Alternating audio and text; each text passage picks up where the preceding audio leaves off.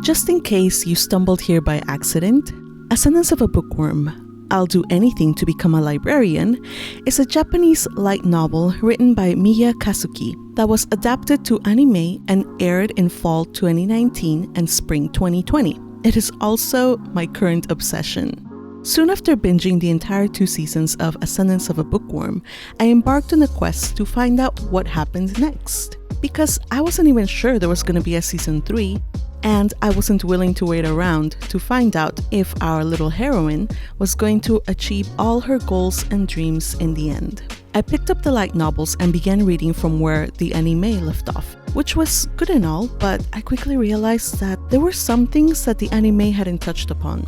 This included people, events, inventions, interesting tidbits of world building, and in the case of the last episode, where we travel back to Mind's dream world, some very important emotional beats that fleshed out certain main characters.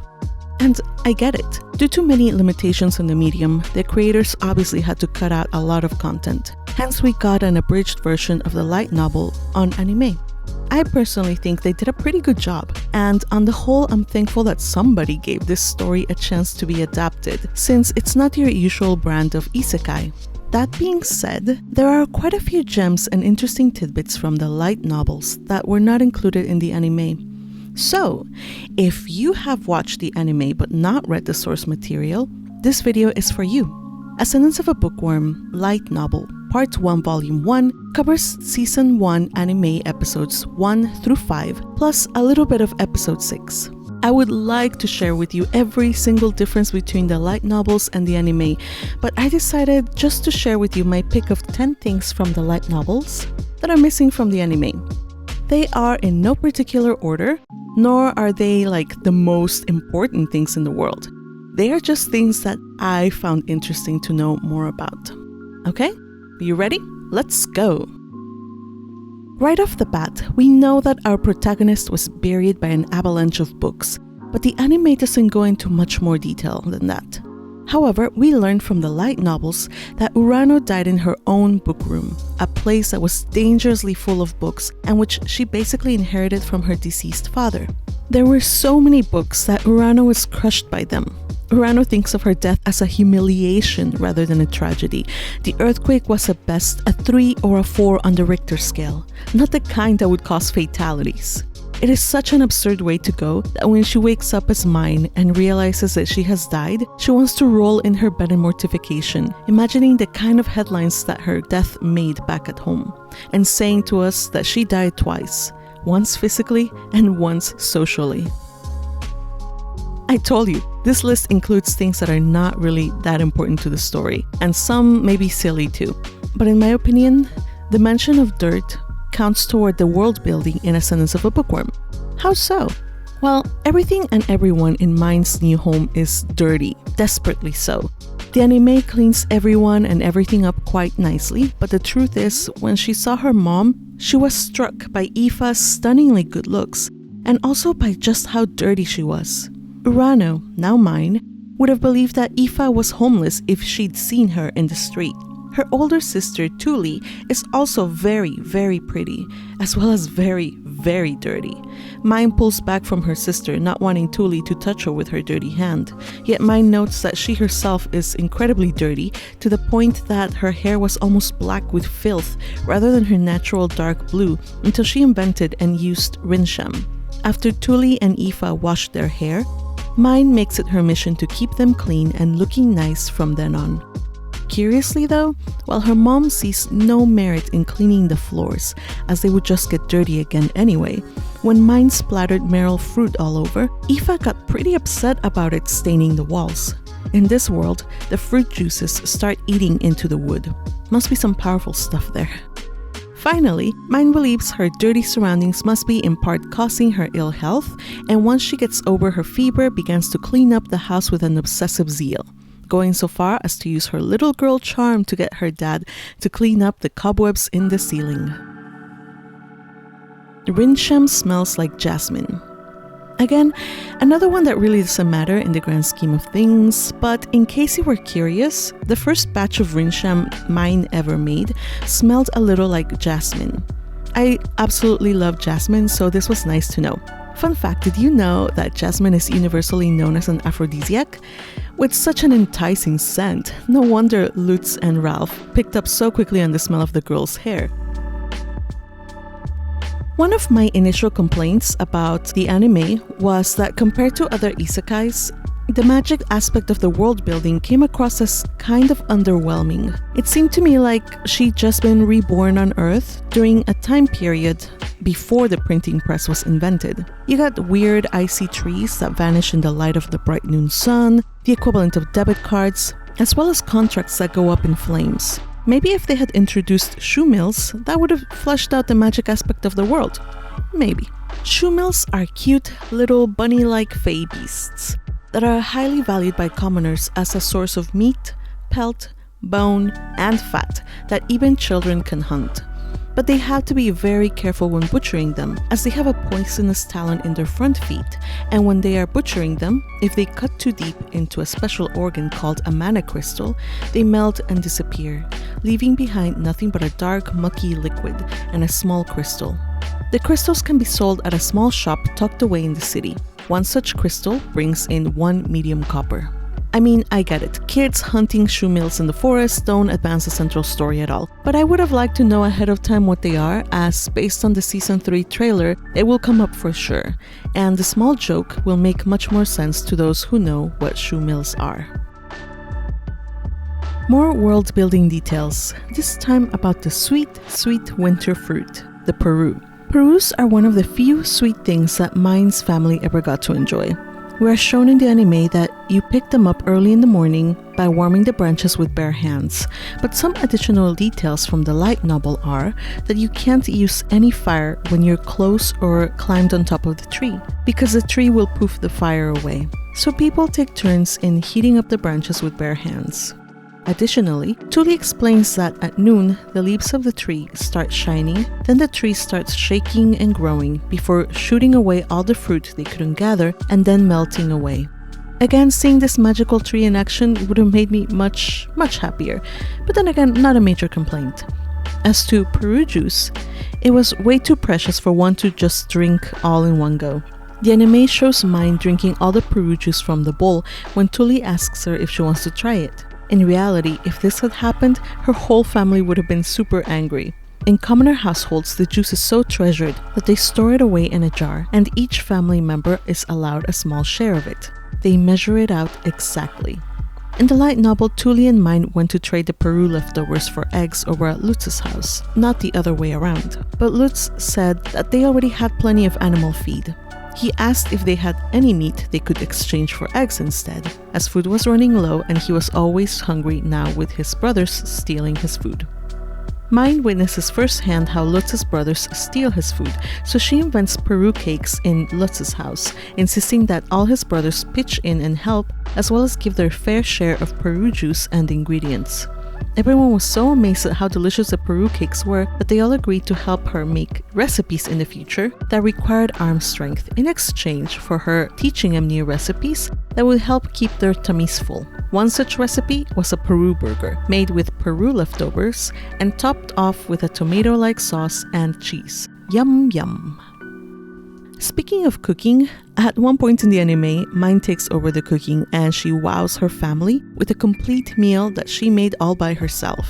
In reality though, Mine is physically incapable of accomplishing simple chores, let alone cook a whole meal, so she could only give instructions and have her mom or others do the actual cooking. Once Tuli begins working part-time after her baptism, Mine truly begins to struggle to keep up and do the things Tuli was once responsible for. The light novel says she couldn't even lift the knife. She got spooked by the sparks flying off the flint stones so that she couldn't start a fire, and drawing water from the well was too physically demanding. It took her 5 trips to bring up the equivalent of a bucket full of water, and so on. What I love about this is that her family keeps it real in the light novel. The anime softens them up to be nicer and much more patient, and Tuli really is angelic.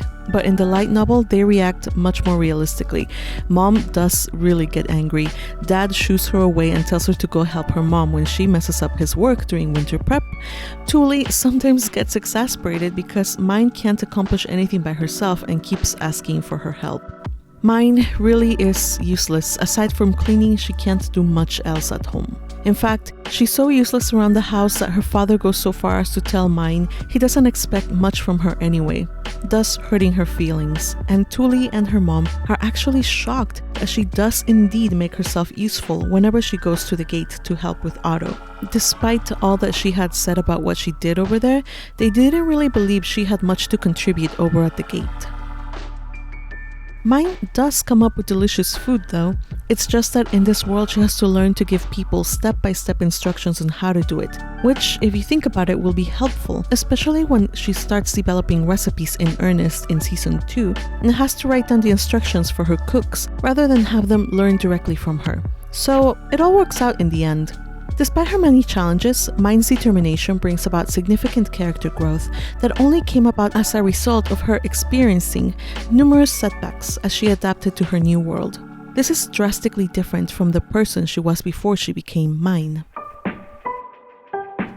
This volume starts with a prologue which introduces our main character and tells us how she became Mine. The anime doesn't give us much of a glimpse as to who Urano was before she died, aside from telling us that she was an equal opportunity reader, that she was a college graduate and had just gotten her dream job as a librarian. However, the light novels fleshed her out in a little more detail. Appearance-wise, she had black hair, bangs, and wore glasses. Her skin was, and I quote, gross and pale, because she spent all her time indoors reading and she was weak from lack of exercise. Personality-wise, well, she was honestly a bit of a brat, to the point that she seemed a little cold toward her mom, preferring to read books rather than helping her out. At least that's how I read her. It didn't seem to me like she had the ability or even the slightest interest in making friends. She herself said that her love of books pushed other people away from her. Speaking of friendships, rather lack of friendships, this takes us to our next character, Shu. Shu was Urano's only friend, yet he only ended up being stuck with her simply because he lived next door and he would come over to hang out and eat because his mom was always working. In the prologue, he narrowly saves Urano from being run over by the isekai truck because she was reading while walking. He yells at her, but she brushes him off. There's a short story from his point of view of how frustrating and irrational he found Urano's love of book to be, and how she got herself locked inside a library when she stayed past closing time. Urano's obsession upset Shu so much that at one point he ended up wishing for her to one day end up in a world where books were inaccessible to her. Oh, Shu. Funny how you would say that. If you wanted to inflict untold suffering upon your bookworm friend, you should know that all you had to do was wish her to end up at a daycare with a neglectful babysitter. So you're a sickly kid that is too weak to go to the forest to forage for food and firewood like the other children do. Since your family is working class, both your parents leave home for work every day, and your older sister can't look after you because she has to go forage. Staying at home alone is not an option. I mean, they left you alone at home just one time, and you made a mess of things in a fit of loneliness, or so they think. They also need to make sure that someone is around to watch you, since you're so small and tend to fall ill. What is your family to do? The answer? Send you to the neighborhood babysitter. Everyone, meet Gerda. Gerda is an old lady who literally just watches over toddlers. She doesn't appear in the anime, but she does show up in the manga. Mine is mortified that she is stuck with toddlers all day and is upset that her parents don't see her as much better than a baby, even though she's already more than 5 years old.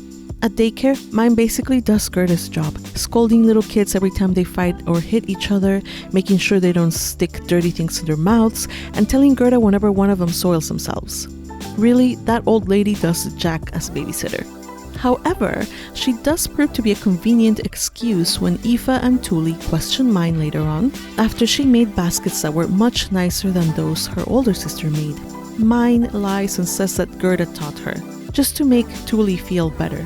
Now, this bare-faced lie was omitted from the anime, but I actually wish they had somehow managed to include it, as it shows that in the space of less than a year, Mine has gone from being a selfish brat who doesn't really care for others to a more empathetic individual who lies to make her older sister feel a little better. And that's actually really sweet. One of the things that struck me when watching the anime is how the adults just seem to accept Mine's precocious ways pretty quickly.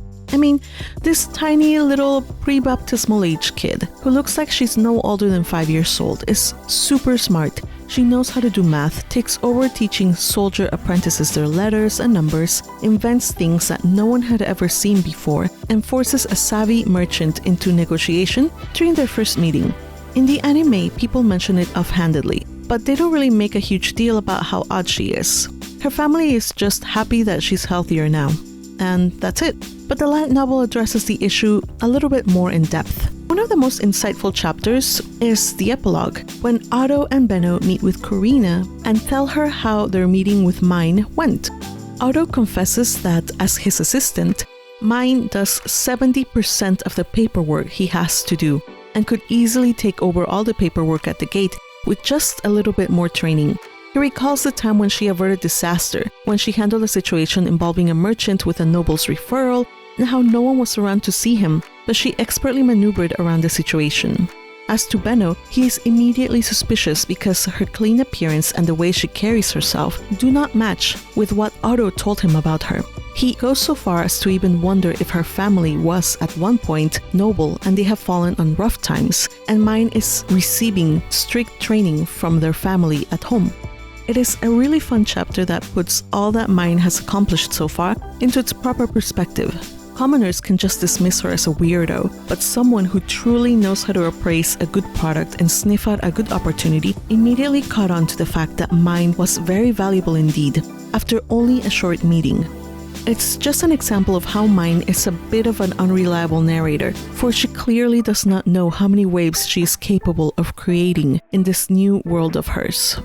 We get glimpses of her potential in this book, but not much else than that. The first volume does the groundwork, doing an excellent job of establishing the story and setting up several little things that come up later in the later volumes. And with that, I conclude. I hope you all enjoyed this video and found these light novel tidbits fun. If you haven't read the light novels, let me know which one of these you found surprising or interesting. And if you have already read the novels, let me know which ones you think should have made it into this list. Of course, no spoilers in the comments, let's keep those to Reddit, Discord, and Facebook groups where a bunch of us bookworm lovers hang out. If you haven't joined those communities, I highly recommend you do so. Finally, please remember that I really love the anime, and this video is in no way meant to hate on it, so please don't bash it in the comments. If you like this video, please be sure to subscribe, like, comment, etc. That way, I will have an idea which are the kinds of videos that you all like to see more of. Until next time, take care everybody. Bye bye.